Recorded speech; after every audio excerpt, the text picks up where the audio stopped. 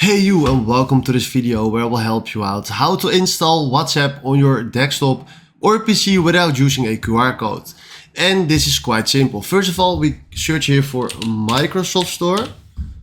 There it is. And then we need to search for WhatsApp because we need to download WhatsApp on our PC. So we click here on WhatsApp and then we do install, just like this. Now it's installing just right here, and now it's done, and then we click on open, and then right here we click on get started.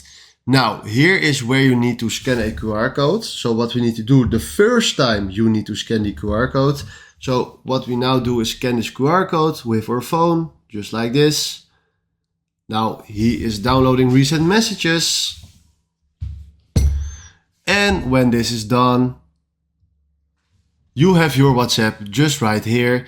And right now, if we click this away and click this away and search here for WhatsApp, and we pin this to our taskbar just like this, we can open WhatsApp every single time without scanning a QR code. So like this.